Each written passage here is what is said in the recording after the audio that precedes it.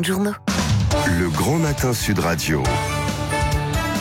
Le petit déjeuner politique. Bienvenue dans le petit déjeuner politique de Sud Radio. Il est 7h44 avec nous ce matin. Aurore Berger qui est députée La République En Marche des Yvelines et porte-parole d'En Marche. Bonjour Aurore Berger. Bonjour. Avant de parler de la remontée d'Emmanuel Macron dans un sondage IFOP Sud Radio et du grand débat, un mot sur l'incendie de Paris hier. En cause, une femme aux antécédents psychiatriques. Les psychiatres avaient lancé un cri d'alarme d'une façon générale il y a quelques semaines. De plus en plus de fous, je dis bien de plus en plus de fous, de malades donc dans les rues. La psychiatrie manque de moyens. Est-ce qu'il est temps vraiment de s'en préoccuper ? On a un gros sujet depuis de nombreuses années sur la prise en charge de la psychiatrie dans notre pays. Il y a une de nos collègues, Martine Vonner, qui justement présente ce matin à l'Assemblée nationale les conclusions de son rapport sur ces questions-là. La ministre a annoncé aussi plus de moyens pour la prise en charge de la psychiatrie, mais de fait, c'est un problème qui n'a que trop duré. Oui, qui n'a que trop duré, parce que c'est vrai que le nombre de lits, ce que disent les spécialistes, les psychiatres, diminue alors que la population augmente et que on a une population qui souffre toujours, quoi, des dépressifs, un problème de des détection aussi vraisemblablement. Un problème de détection vraisemblablement et d'un certain nombre de personnes qui devraient pouvoir être suivies médicalement, parce qu'on parle bien d'une question médicale avant tout, et qui aujourd'hui malheureusement ne le sont pas, ce qui est un danger pour eux-mêmes et un danger potentiel pour notre société. Pour la société, notamment, on l'a vu avec des terroristes qui recrutent beaucoup des gens qui sont un peu déséquilibrés. On avait eu ce débat il y a quelques semaines, quoi.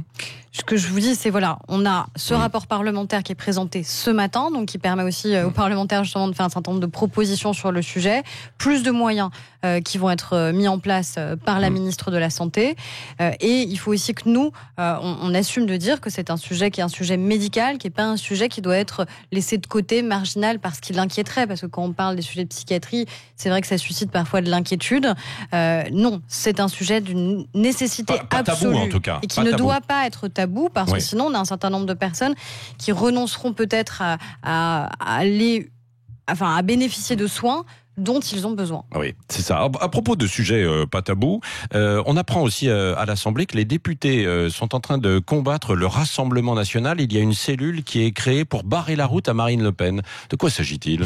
Alors, Stanislas Guerini, donc, qui est le délégué général de La République En Marche, le patron de La République En Marche, pour dire les choses simplement, a demandé à deux parlementaires en particulier, en effet, qui sont dans des territoires où l'extrême droite est particulièrement importante et fait des scores importants, en effet, de nous aider sur la riposte, en fait, tout simplement, parce qu'on voit bien à quel point l'extrême droite s'implante et s'implante durablement. C'est l'extrême droite, c'est pas le Rassemblement national. Pour moi, le Rassemblement national, c'est l'extrême droite. Ils ont vous êtes sûr ? Oui, j'en suis certaine. Ils ont beau changer de nom. En tout cas, du côté du Rassemblement national, on ne dit pas que c'est l'extrême droite. Oui, mais ils n'ont jamais dit ça. Même quand c'était le Front National, ils n'assumaient pas de dire que c'était l'extrême droite. Oui. Mais de fait, oui, ils ont beau, encore une fois, changer de nom, changer de logo du parti. Ça reste les mêmes idées qui sont mises en œuvre. Ce sont des fondateurs aussi d'un parti politique. Un parti politique, ça a une histoire, ça a une trajectoire, ça a des fondateurs, ça a des partisans. Et clairement, oui, le Rassemblement national, comme le Front National, sont des partis d'extrême droite. C'est aussi une méthode qui va dans le sens de ce que souhaite le président de la République, c'est moi ou le chaos, en quelque sorte. Mais vous savez, quand on parle de ça et qu'on a l'impression qu'on dramatise les enjeux, le problème, c'est qu'on voit bien que c'est la réalité aussi de ce qui est en train de se passer dans notre pays. On a des oppositions qui sont extraordinairement faibles. Alors on dit c'est la faute de La République En Marche. Oui, alors on peut difficilement aussi se justifier en permanence d'avoir gagné des élections présidentielles et législatives. Mais c'est vrai qu'on a des oppositions qui sont très faibles. Pourquoi le mouvement des Gilets jaunes aussi a-t-il pu à ce point exister ? Parce que justement, on n'avait pas d'autres partis d'opposition finalement. C'est devenu un parti quelque part.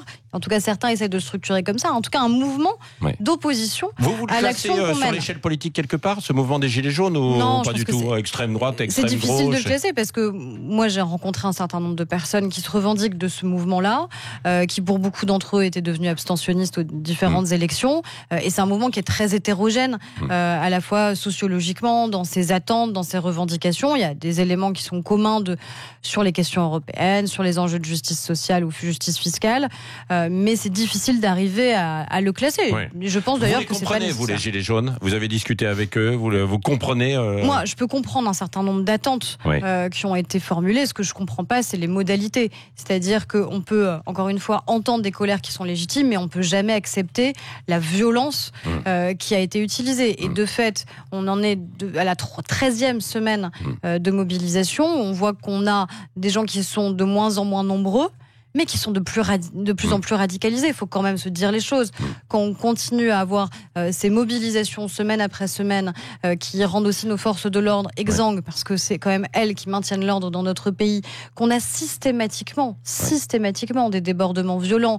On a des dizaines de milliers de personnes qui sont en chômage partiel. Les débordements violents, ce ne sont pas forcément l'apanage des gilets jaunes. On sait aussi qu'il y a des casseurs, il y a du côté des policiers aussi... Je ne me permettrai pas de dire que, évidemment, que tous les gilets jaunes ont eu des actions violentes, parce que ce ne serait pas vrai. Ce ne serait pas vrai. J'en ai rencontré un certain nombre dont je sais pertinemment qu'ils ne cherchent pas à être violents et qu'ils ne l'ont pas été. Mais de fait, on a aussi, chez un certain nombre de ceux qui ont eu des actions violentes à l'encontre des forces de l'ordre, à l'encontre de nos commerçants, à l'encontre même des détériorations qu'on a pu avoir dans nos rues, des gens qui appartiennent à ce mouvement.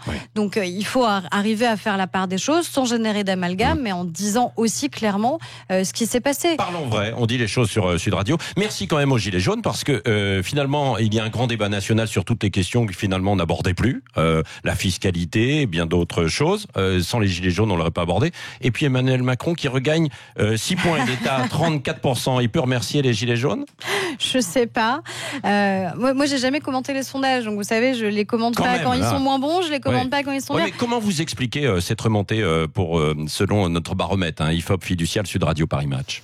Je me dis qu'il y a peut-être aussi un phénomène de saturation qui a existé auprès des Français, c'est-à-dire que ça fait 13 semaines aussi de mobilisation, mais 13 semaines aussi que quotidiennement on leur parle de ces mobilisations, et je pense que peut-être ils ont envie aussi de passer à autre chose, d'autant plus qu'on a adopté quand même fin décembre ce qu'on appelait les mesures d'urgence, c'est 10 milliards d'euros de pouvoir d'achat supplémentaire pour les Français.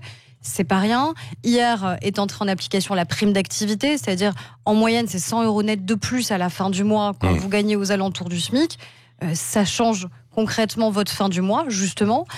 Et puis, on a le grand débat national. C'est un grand pari, au départ, le grand débat, et on voit bien que ça fonctionne. C'est des milliers de débats, mais il n'y a que la France qui peut avoir ça. Ce sont des meetings pour Emmanuel Macron. Attendez, moi je vois tous les débats qui existent partout en France. Ça ressemble à des meetings. Non mais attendez, il y a plus de 3000 débats aujourd'hui, partout en France. Il y a une carte d'ailleurs qui est sortie, qui les répertorie, et on voit vraiment que tous les territoires s'en sont emparés. C'est organisé par les élus de la République. Mais les élus de la République, ils sont sans étiquette, ils sont de droite, ils sont de gauche, ils sont en marche.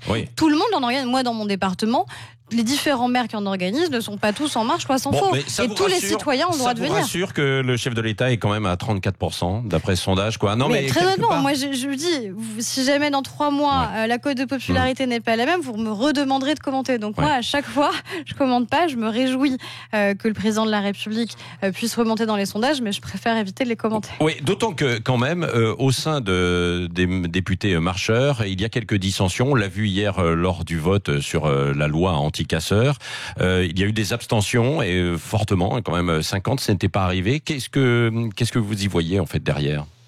Certains collègues ont en effet fait un choix qui n'est pas le mien. Moi, j'ai voté de manière très claire ce texte parce que je pense que c'est un texte qui est nécessaire au regard de la nature des mobilisations qui a beaucoup changé. On a des mobilisations qui sont de plus en plus violentes. Et ça date pas des Gilets jaunes. Souvenez-vous de la loi travail. Mais on dit qu'il y a des dérives autoritaires et que si jamais le pouvoir changeait de main, ça pourrait être dangereux. Je ne crois absolument pas à cet argument-là, pour une raison simple. C'est que déjà il faut tout faire pour faire en sorte qu'il n'y ait pas de régime autoritaire dans notre pays, et si jamais un jour ça arrivait, est-ce que vous pensez vraiment qu'ils auraient besoin de lois existantes ou qu'ils les changeraient ? Aurore Berger, vous êtes membre de la commission des affaires culturelles à l'Assemblée nationale, vous connaissez aussi les sujets sur les médias. Le chef de l'État, la semaine dernière, Emmanuel Macron, a dit qu'il voulait qu'il y ait pourquoi pas une structure pour travailler sur la fabrication, la vérification de l'information. C'est une bonne chose, ça ? Est-ce qu'on va pas arriver à la Pravda ? Non, il n'y a pas de Pravda dans notre pays. Je pense que la presse est libre, vous en êtes évidemment un exemple. Oui, mais est-ce qu'on sera vraiment libre par la suite ? Non, mais moi je pense que ce qui est essentiel, c'est de se poser la question de comment on peut encore gouverner à l'heure des réseaux sociaux, comment on peut encore faire campagne à l'heure des théories du complot et des fausses informations. Mais lutter contre les fausses informations, pour moi, ça passe par 2 choses. Ça passe par l'éducation à l'information dès le plus jeune âge. Et ça, c'est pas dire qu'il y a une vérité d'État, c'est juste dire que c'est pas la même chose de s'informer par une pluralité de médias et de s'informer uniquement sur des réseaux sociaux qui choisissent pour nous ce qui nous conforte dans les idées qu'on a déjà. Ça, c'est pas la même chose. Et deuxième point, ça passe par les médias eux-mêmes. Et il faut évidemment qu'on ait des médias qui soient forts dans notre pays, dans la diversité, la pluralité des opinions. Mais je pense qu'on a un enjeu de rétablissement de la confiance qui concerne la vie politique française et qui concerne aussi les médias. Il faut faire en sorte, Il n'est pas si question on veut de lutter bâillonner, de verrouiller. Bien sûr que non. Oui. Bien sûr que non. Au contraire, je pense qu'on a besoin de plus d'ouverture, de plus de pluralité. On a eu l'impression avec les réseaux sociaux que ça allait être une ouverture sur le monde formidable. C'est en fait un enfermement puisque vous ne voyez plus que ce qui vous intéresse déjà. Le mot de la fin avec Cécile de Ménibus, Aurore Oui, Berger. parmi les personnalités politiques les plus invitées dans les matinales, vous êtes la seule femme sur 10 hommes. Et vos passages suscitent souvent des réactions extrêmement virulentes sur les réseaux sociaux, même par courrier. Comment on le vit ?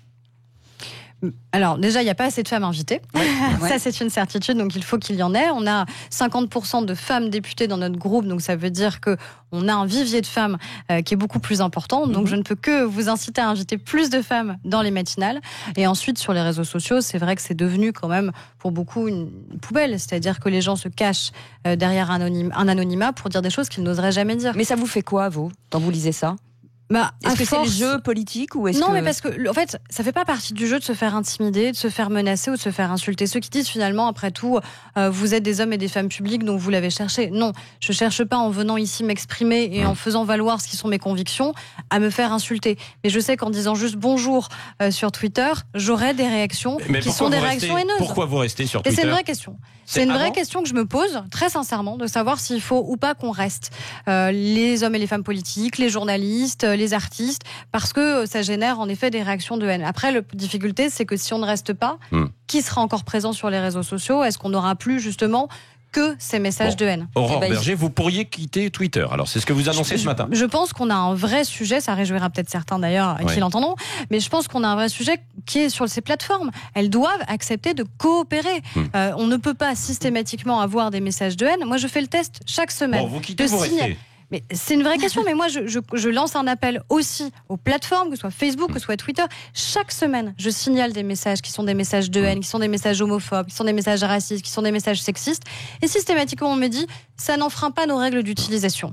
Donc à un moment, elles doivent aussi nous aider à faire le ménage. Eh ben, il y en a un qui va rester, en tout cas c'est votre invité surprise. Oui, bonjour, c'est Nicolas Sarkozy. Aurore, mais appelez-moi Monsieur Bruni. Je veux dire que je te soutiens dans ton combat contre les fausses déclarations qui te sont attribuées. Moi-même, j'ai été victime de fausses déclarations calomnieuses. J'ai jamais dit Castopovko, c'est impossible. Il n'y a pas une seule faute de syntaxe. J'ai dit dégage l'Arbin. Alors par contre, la phrase si la vérité blesse, c'est la faute de la vérité, on dirait du Sylvester Stallone. Et je crois que ça te rappelle quelqu'un. Alors voici ma question. Toi qui as déclaré en 2013, j'admirais le Sarko de 2007. Est-ce qu'en 2019 tu pourrais voter pour le Sarko 2022? J'ai jamais décidé de revenir en politique. Vas-y, réponds. J'ai voté pour le Nicolas Sarkozy de 2007 et 2012. Je l'assume et je le regrette pas. Si c'était à refaire, je le referai. Je ferai le même vote en 2007 et en 2012. Mais j'espère et je souhaite surtout que le président de la République, Emmanuel Macron, soit à nouveau candidat en 2022. Mauvaise réponse. Le clin d'œil Sylvester Stallone, pourquoi? C'est votre papa qui fait la voix française. Exactement, qui est comédien voilà. et qui double et votre Sylvester maman Stallone. aussi. Et ma maman qui est aussi comédienne. Ouais, et qui fait la voix d'un certain nombre de comédiens, notamment sur des séries que vous connaissez, dans Amour, Gloire et Beauté, New York, spécial, Heather Locklear notamment. Voilà, et Aurore qui chope des voix dans les élections. Ça reste un Sylvester Stallone, alors, un commentaire? Je suis content de voir ma petite fille parce que je n'ai pas le cas de la voir tout le temps, alors ça me fait plaisir. Ça. Un bisou du papa. Voilà. Oui. Merci Aurore Merci Berger, députée de la République En Marche des Yvelines et porte-parole d'En Marche, était l'invité ce matin de Sud Radio. Et merci à Denis Moreau qu'on retrouve à 8h20 sur Sud Radio, 7h57. Bon réveil, c'est Sud Radio.